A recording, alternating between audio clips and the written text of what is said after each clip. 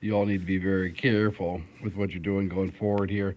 If you haven't heard of Archie Ghosts, I was here about 2 o'clock in the morning a couple nights ago and started seeing stuff happen. I was like, what the fuck is going on?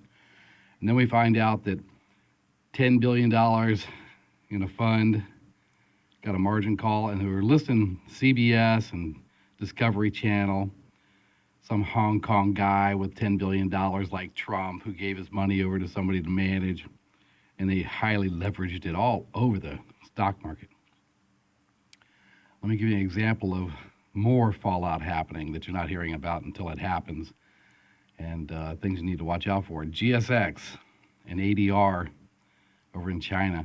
This thing's been 117, 150, and then suddenly, look at this massive drop. Well, the reason this dropped is because this was one of the ones that was in that fund, that family's fund, where they were trying to be as nutty as all these Robin Hood people and make a shit ton of money.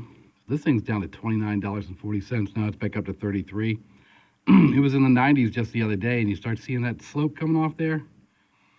Now, when this broke, I've heard stories of Wall Street bankers driving around.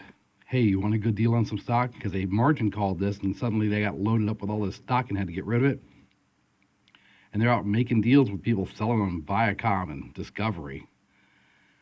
But what I wanted to point out here is why you got to watch out for all this press release you get from people like, down here we see Citigroup upgrades this stock right here, lowers the price target to $56, but upgrades it, buy it. And why are they doing that? Well, they're stuck with a shitload of this stock. As a banker, they did the margin calls too, and suddenly they're stuck with this shit.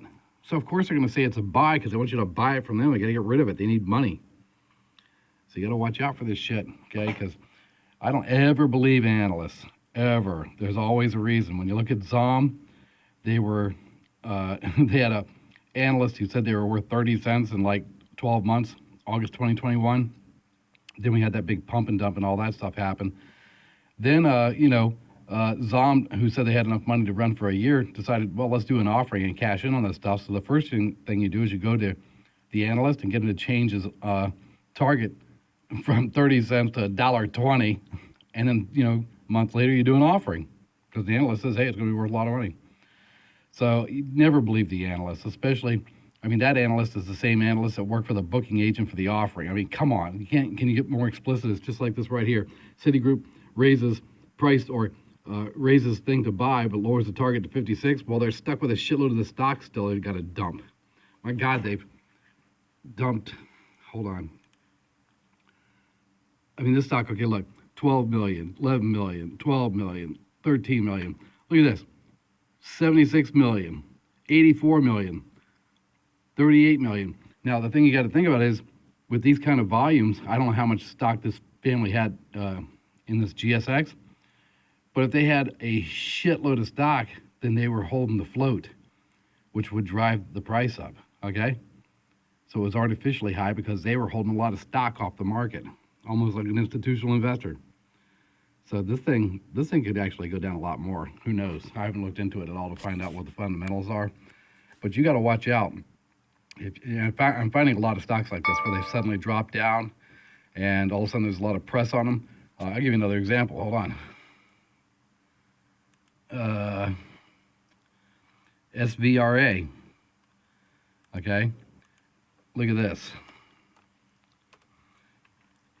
See this nice climb, and then all of a sudden it goes down, then it's going up. Well, it looks like people got stuck in it, okay?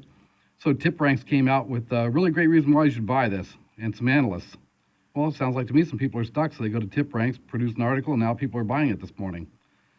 Well, I think you're bailing some people out. We'll see. You really need to watch what you're buying.